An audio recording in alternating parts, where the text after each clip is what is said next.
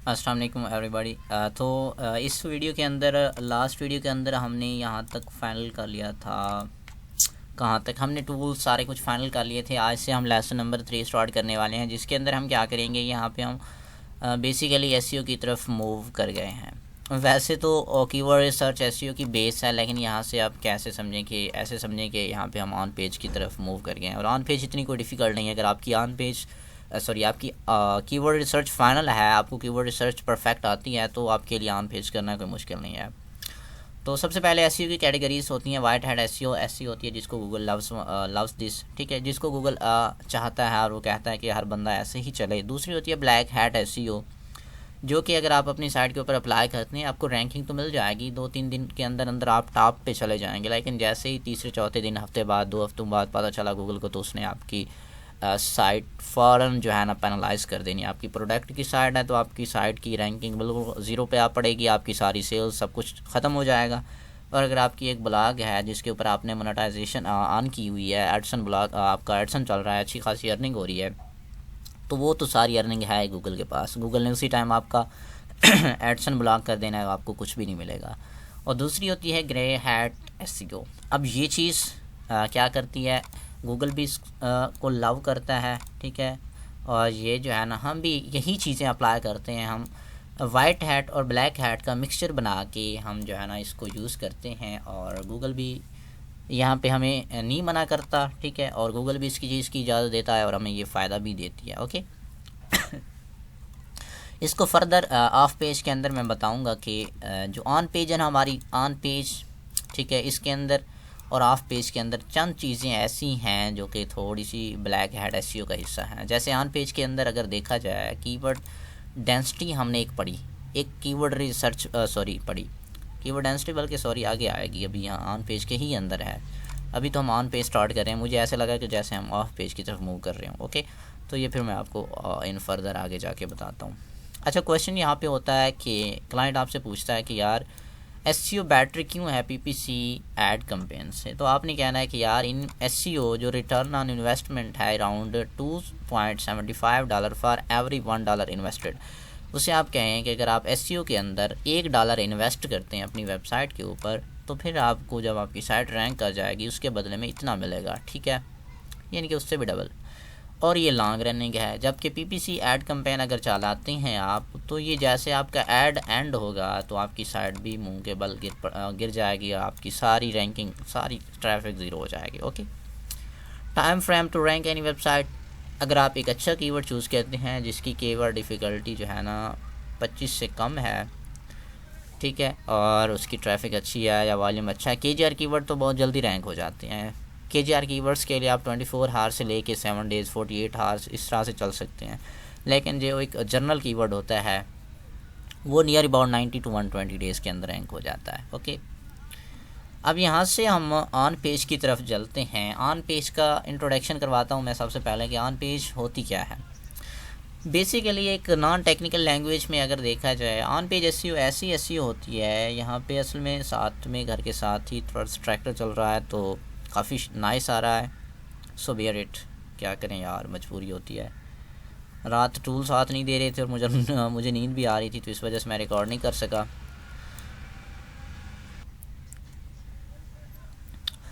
तो on page non technical language में मैं बता रहा था कि ऐसी मतलब ऐसी होती है जिसके लिए हमें ना वेबसाइट के लॉगिन की ज़रूरत होती है। ओके वेबसाइट लॉगिन करके जो कुछ हम करते हैं वो ऑन पेज एसईओ कहलाता है, ठीक है। और इसके ना कुछ फैक्टर्स हैं कि हम वो चीज़ देखते हैं। सबसे पहले ऑन पेज एसईओ के फैक्टर हैं जो बेसिक है। पहला है on website factor, on post factor, ठीक है। मैं ना 1 मिनट आपको एक साइट दिखाता हूँ, फिर आपको आइडिया हो जाएगा। इसी वेबसाइट को हम ले लेते हैं। अब मैं आपको दिखाता हूँ कि इसके अंदर ऑन वेबसाइट फैक्टर क्या होता है और ऑन पोस्ट फैक्टर क्या होता है। ये है ऑन वेबसाइट फैक्टर, ठीक है, जिसके अंदर क्या है, वेबसाइट का डिज़ाइन आप देख रहे हैं, ये थोड़ा सा स्लो लोड हो रही है, ठीक है। और अगर इसको मोबाइल फ़ोन के ऊपर अपलोड किया जाए, लोड किया जाए या ओपन की जाए वेबसाइट, और थोड़ी सी वो सही से ओपन ना हो, ऐसे तिरछी मिर्ची या इस तरह से टेढ़ी हो जाए, या इसके जो ये वाले आइकन कहीं और गायब हो जाएं, तो ये क्या हो जाएगी, ये इसका वेबसाइट के डिज़ाइन का प्रॉब्लम है। ठीक है, अब यहाँ पे हम चेक करते हैं, एक टूल होता है वेबसाइट की जो ऐसे समझे स्पीड वगैरह देखने के लिए। ऑन वेबसाइट का जो फैक्टर है ना, बेसिकली वो वेबसाइट की स्पीड होती है इसके अंदर, और इसका डिज़ाइन होता है इसका, यानी कि जो डिज़ाइन है, जो कि इमेजेस लगाई गई हैं वो किस तरह की हैं। आगे चल के हम इमेज ऑप्टिमाइजेशन के अंदर एक चीज़ पढ़ेंगे तो वो मैं आपको बताऊंगा कि इमेजेस कैसी और किस तरह की लगानी चाहिए। ठीक है, अगर आपकी वेबसाइट का डिज़ाइन अच्छा नहीं होगा, यहाँ पे ये थोड़ा सा टाइम लगेगा, तब तक हम डिस्कस कर लेते हैं। डिज़ाइन अच्छा नहीं होगा, ठीक है, वो मोबाइल फ़ोन के ऊपर कुछ इस तरह से ओपन होती है कि यूज़र को सही से नज़र नहीं आती। ठीक है, वो आपकी एसईओ के लिए बहुत बैड इफ़ेक्ट डाल रही है। इसी तरह से अगर आपकी कोई ऐसी साइट है जो कि मोबाइल फ़ोन के ऊपर तो ठीक से अपलोड हो रही है, और कंप्यूटर के ऊपर, डेस्कटॉप के ऊपर सही से अपलोड नहीं हो रही, तो फिर भी वो जो है ना बैड इफ़ेक्ट माना जाएगा एसईओ के लिए। ओके, तो इसके अंदर हम क्या करते हैं, यहाँ पे ये देखें, अब इस साइड को देखें, डेस्कटॉप के लिए, मोबाइल के लिए इसकी जो स्पीड है वो 50 है, परफॉर्मेंस जो है। ठीक है, और बाकी डिटेल्स ये यहाँ पे देख रहे हैं, ये पहले चंद सेकंड बिल्कुल ऐसे वाइट सी होके आती है। अभी इसके ऊपर हम काम कर रहे हैं, इसको सेट बना रहे हैं। ये पहले बहुत कम थी, 25 पे थी, या 50 पे आ चुकी है। और डेस्कटॉप के लिए देखें तो ये 95 है। डेस्कटॉप के ऊपर बिल्कुल ओके से अपलोड हो रही है। यहाँ पे कोई, ये देखें, फिर भी चंद मिली सेकेंड्स हैं जो कि ऐसे एम्प्टी होके आती है। लेकिन मोबाइल की निस्बत यहाँ पे ये देखें, मोबाइल के ऊपर क्या होता है, थोड़ी थोड़ी अपलोड हो रही है। अभी इस चीज़ के ऊपर हम मोबाइल फ्रेंडली के ऊपर काम कर रहे हैं ना, जो टेक्निकल एसईओ का कुछ पार्ट है डेवलपर के साथ मिलके, तो वो चीज़ होती है। तो ये इंशाल्लाह बहुत जल्द ठीक हो जाएगी। तो ऑन वेबसाइट के जो फैक्टर है ना, जिसमें वेबसाइट का डिज़ाइन आ जाता है, वेबसाइट की जो डोमेन है, डोमेन आपने .com, .org, .net ये 3 लेनी है। ठीक है, अगर आपकी अपनी साइट हो। इसके अलावा आपने कोई और डोमेन नहीं लेनी, लाइक .pk या इस तरह से उल्टी पुल्टी डोमेन्स काफ़ी सारी हैं, .gk है, .qg है। यहाँ पे आप अगर सर्च करें ना डोमेन्स, एक minute, website domains list, website domain list, तो यहाँ पे आपको ऐसी काफ़ी हज़ारों मतलब ऐसे मिल जाएंगी, जो कि ये देखें यहाँ पे आ रही हैं। एकेडमी है, कंटेंट है, और भी काफ़ी सारी GTL उल्ट पटंगी सी हैं जो कि मतलब बिल्कुल कोई सेंस नहीं बनाती। तो जो आपकी वेबसाइट की डोमेन है ना, ये डोमेन आपकी अच्छी होनी चाहिए। सबसे पहले आपकी वेबसाइट का डिज़ाइन अच्छा होना चाहिए, मोबाइल फ्रेंडली हो, जो मोबाइल, लैपटॉप, कंप्यूटर सभी के ऊपर बराबर में स्पीडली ओपन हो। ठीक है, वेबसाइट की डोमेन। अब वेबसाइट की होस्टिंग क्या होती है, डोमेन ऐसे समझें कि हमारा मोबाइल है। ठीक है, और उसके अंदर जो हम डेटा वगैरह स्टोर करते हैं, जो कि रैम कहलाती है, वेबसाइट के अंदर वो होस्टिंग होती है। हम डोमेन के ऊपर, हमारा डोमेन क्या है, abc.com, ये हमारी .com क्या हो गई, डोमेन हो गई। ये मेरा नाम हो गया, लेट करें ABC। ठीक है, ये ऐसे समझे, मैं आपको इसकी एग्जांपल दूं, बैलून सैलान, ये हमारी क्या है, वेबसाइट है, इसका नाम है, और .com क्या है, इसकी डोमेन है। और ये जो सारा डेटा, इसकी पोस्ट और जितना भी इसका ये डेटा है, ये जहाँ पे स्टोर पड़ा है ना, वो एक सर्वर होता है जिसके ऊपर ना ये चीज़ रखी जाती है। ठीक है, वो सर्वर क्या करता है, गूगल को फिर देता है। गूगल हमारी वहाँ से सर्वर से उठा के फिर सर्च इंजन के अंदर ले आता है। वो जो सर्वर है ना, उसको क्या बोलते हैं, होस्टिंग सर्वर या होस्टिंग बोलते हैं। ये आपकी डोमेन भी अच्छी होनी चाहिए, अच्छी कंपनी की हो। ठीक है, और जो आपकी होस्टिंग है ये भी अच्छी कंपनी की हो। अगर आप अच्छी सी नहीं लेंगे, अच्छी कंपनी की होस्टिंग नहीं लेंगे, तो आपकी साइट बहुत स्लो चलेगी। बाज़ दफ़ा क्या होगा, जब यूज़र आएंगे तो ये एकदम से क्रैक डाउन हो जाएगी, काफ़ी ज़्यादा प्रॉब्लम बनेंगी। ठीक है, और उसके अलावा अगर आपकी साइट के ऊपर यूट्यूब से ट्रैफिक आ रही है तो परफेक्ट है। अब अक्सर आपने देखा होगा कि यूट्यूबर बड़े बड़े जो हैं वो क्या करते हैं, अपनी वेबसाइट का लिंक दे देते हैं अपनी वीडियो के नीचे डिस्क्रिप्शन में, और यूट्यूब की ट्रैफिक को गूगल काफ़ी ज़्यादा वैल्यू देता है। ठीक हो गया। इस तरह से सोशल मीडिया से भी आपकी जो है ट्रैफिक होनी चाहिए। आपकी जो वेबसाइट है ना, आपकी वेबसाइट का सोशल मीडिया का अकाउंट हो, फेसबुक का हो, ट्विटर का हो, इंस्टाग्राम का हो, सारी मतलब जो सोशल मीडियाज़ प्लेटफॉर्म है ना, उनके ऊपर आपकी वेबसाइट लाजमन हो, एक अकाउंट बना हुआ हो, और उस अकाउंट की डिस्क्रिप्शन के अंदर वेबसाइट, आपकी जो वेबसाइट है उसका लिंक लगा हुआ हो। ठीक है, तो इस तरह से आपकी सोशल मीडिया पे भी एग्जिस्टेंस हो जाएगी। और यूट्यूब का भी अगर एक आपका चैनल है, ये कोई लाजमी नहीं है, अगर आप एक यूट्यूबर हैं तो आप ये भी कर सकते हैं, अच्छी खासी इससे ट्रैफिक मिल जाती है। लेकिन ये मेजर फैक्टर हैं, ऐसे समझें कि वेबसाइट की, ऑन वेबसाइट के जो फैक्टर हैं। इसी तरह फिर आते हैं ऑन पोस्ट फैक्टर, जो कि बेसिकली ऑन पेज एसईओ ही कहलाती है। ठीक है, आपका कंटेंट अच्छा होना चाहिए।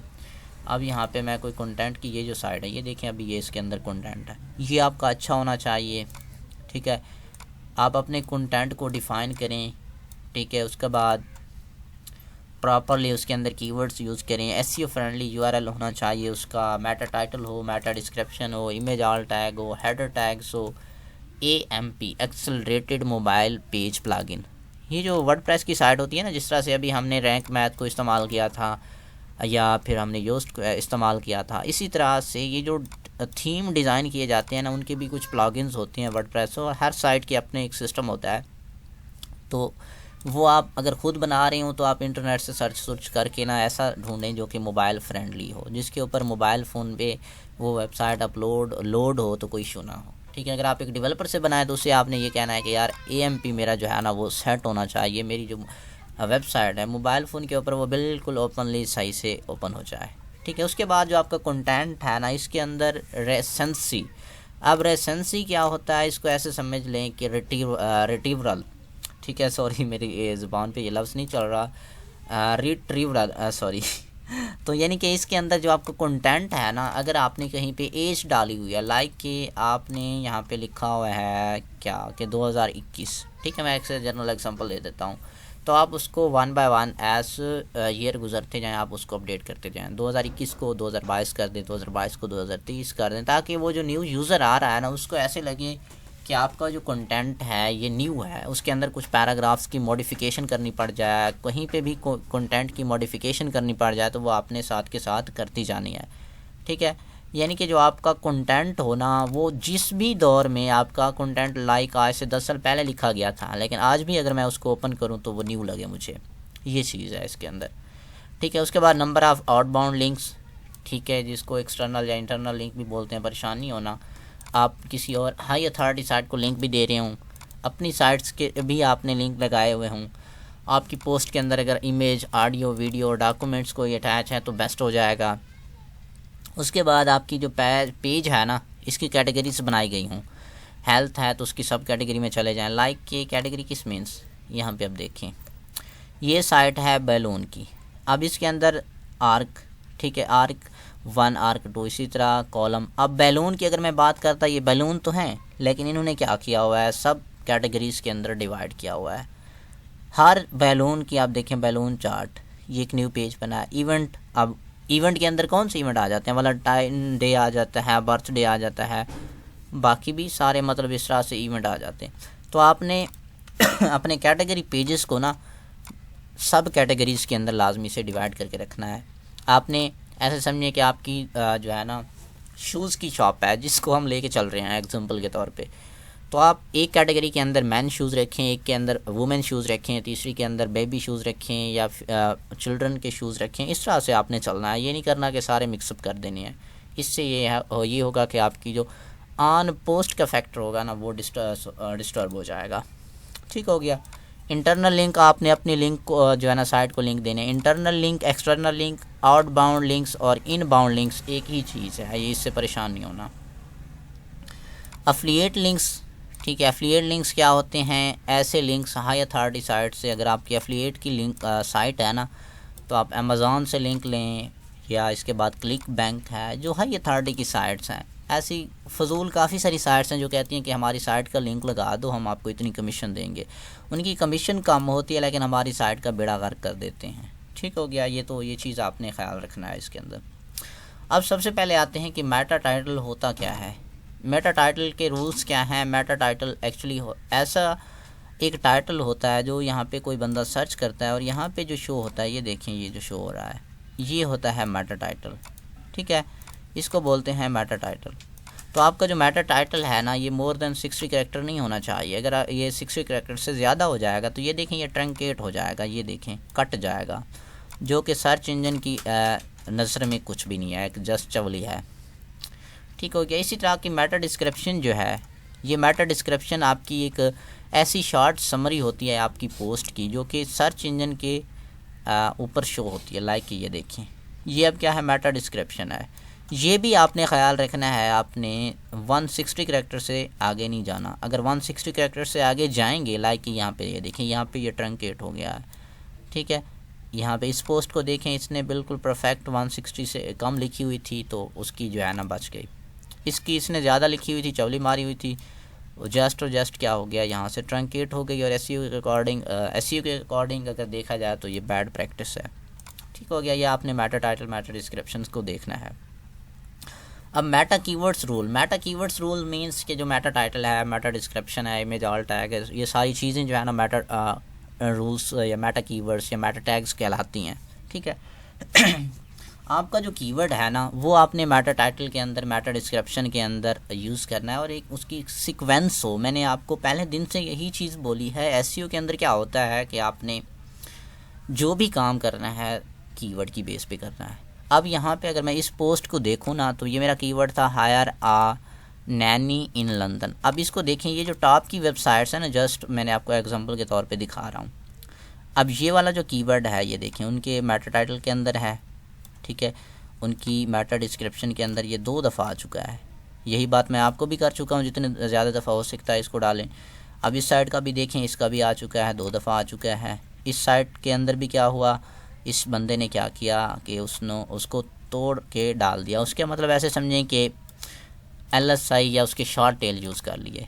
तो ये चीज़ मैंने आपको पहले दिन से इम्पोर्टेंस दी इसके ऊपर कि आप जो भी कीवर्ड यूज़ करें उसकी मेटा टाइटल मेटा डिस्क्रिप्शन जब आप बनाएं तो उनका लॉन्ग टेल यूज़ करें, शॉर्ट टेल यूज़ करें, LSI यूज़ करें। ये चीज़ें बड़ी इंपॉर्टेंस देती हैं गूगल को आपके कंटेंट को रैंक करवाने में। अब ये बंदे ये देखें रैंक कर रहे हैं, उनकी वजह क्या है यहाँ पे मैंने आपके सामने हाईलाइट करके रख दी। इन्होंने कीवर्ड्स को क्या किया हुआ है, हर जगह पे इस्तेमाल किया हुआ है प्रॉपर तरीके से।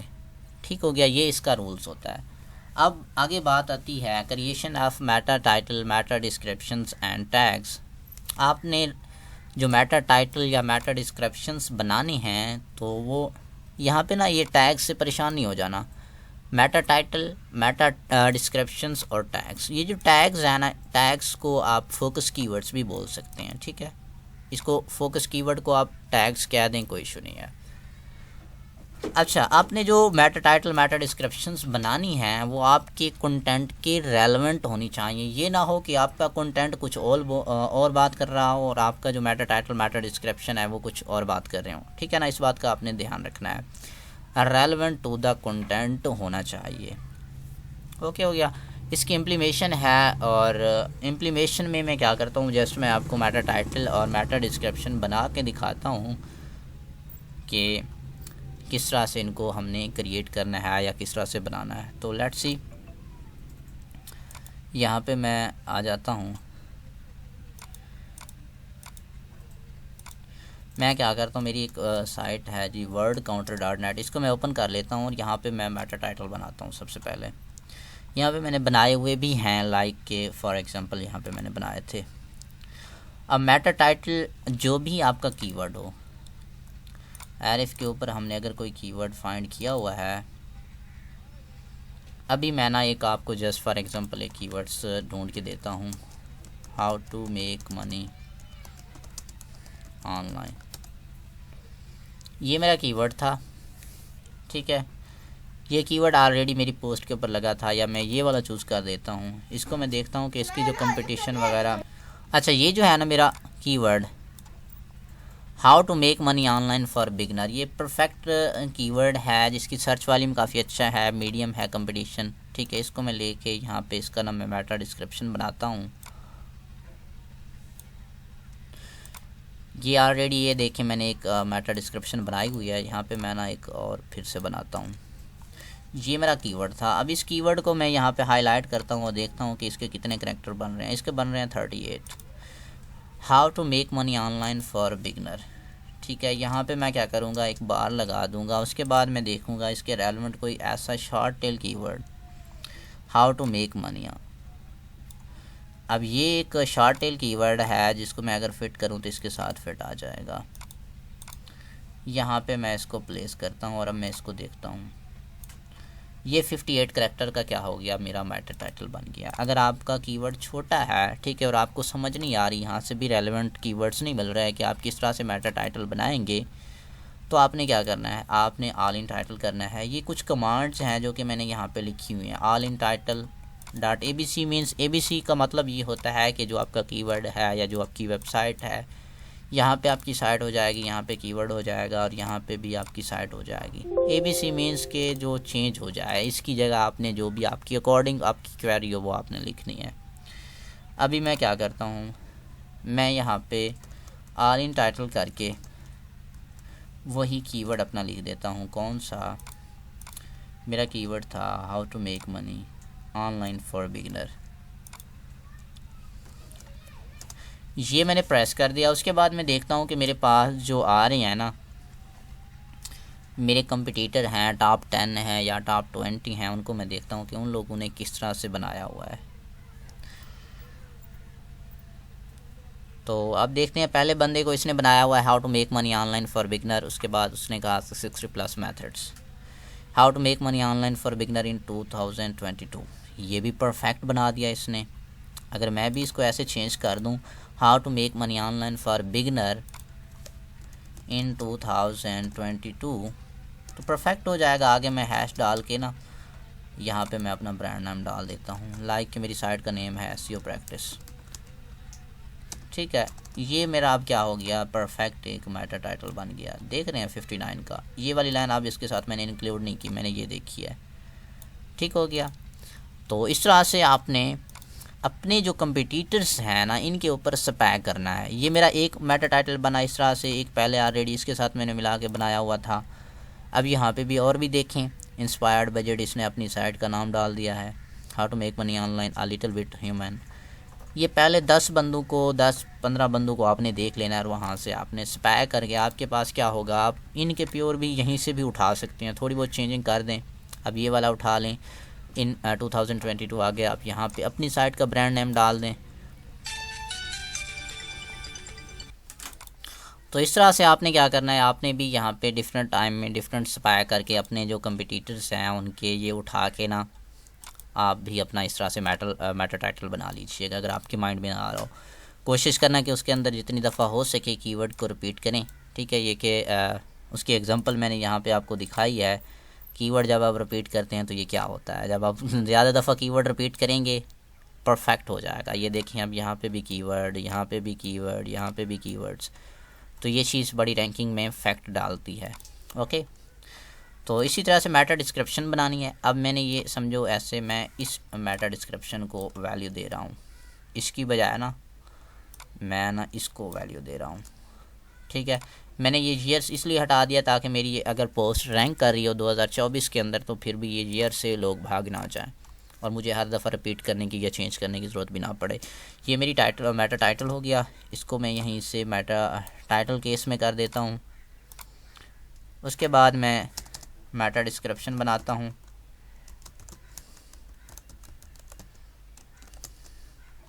अब मैटर डिस्क्रिप्शन के अंदर भी मैंने क्या करना है, सबसे पहले तो ये चीज़ मैंने यहीं से उठा के ना इधर डाल देनी है। ये आप यहाँ पे ये देखें, उस बंदे ने भी क्या किया हुआ है, वही कीवर्ड्स यहाँ पे भी डाले हुए हैं। ठीक है, ये देखें, थोड़ा बहुत चेंजिंग करनी है। अब क्या करना है, how to make money online for beginner. अब यहाँ पे मैं अगर 2020 डाल दूँ तो कोई इशू नहीं है। उसके बाद मैं यहाँ पे बार को काट के यहाँ पे मैं फुल स्टॉप लगा देता हूँ। अब इसको ग्रामेटिकली भी ठीक करना है, how to make money online. अब मैं यहाँ पे लिख देता हूँ, एक और मेरा कीवर्ड आ गया। अब ये कीवर्ड मैंने अपनी आइडिया लगाया, अगर आपको आइडिया ना आ रहा हो तो ये आरिफ आपके पास मौजूद है। ये देखें, आपको क्वेरीज मिल जाएंगी, इन क्वेरीज़ को पकड़ के आपने यहाँ पे यूज़ कर लेना है, how to make money online.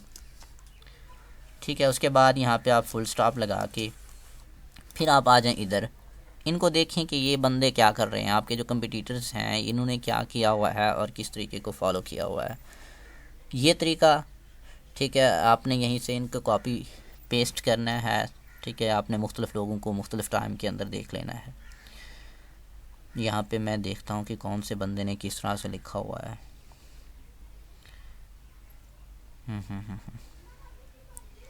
The rest will be much easier in this course, you will learn the steps।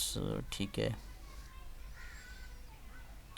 यहाँ पे भी ये मुझे अच्छी नहीं लग रही, इनमें से आप इनकी उठा लेना बेशक, लेकिन मुझे इनकी जो है अच्छी नहीं लग रही।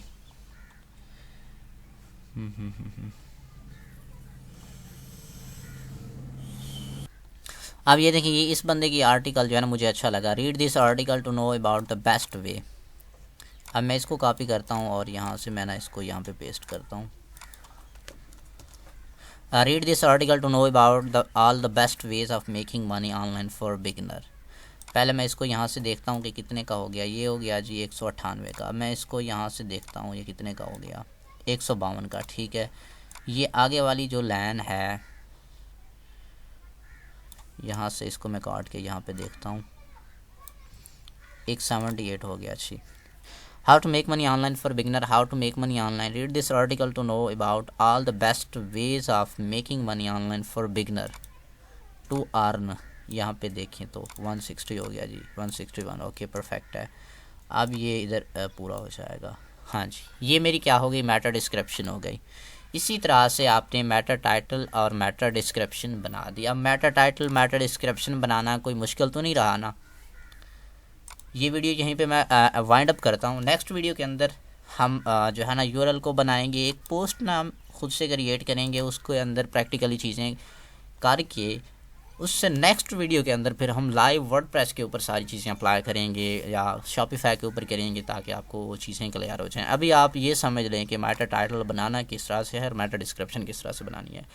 आपने जनरली ये है कि अपने कीवर्ड के अराउंड जो भी आपके कंपटीटर्स हैं उनको भी फॉलो अप करना है, अपना माइंड भी घुमाना है, टूल्स भी यूज़ करने हैं, और जो अच्छा लगे फिर आप उसको अप्लाई करना है। ओके, ठीक है, इंशाल्लाह फिर मिलते हैं एक नेक्स्ट वीडियो के अंदर।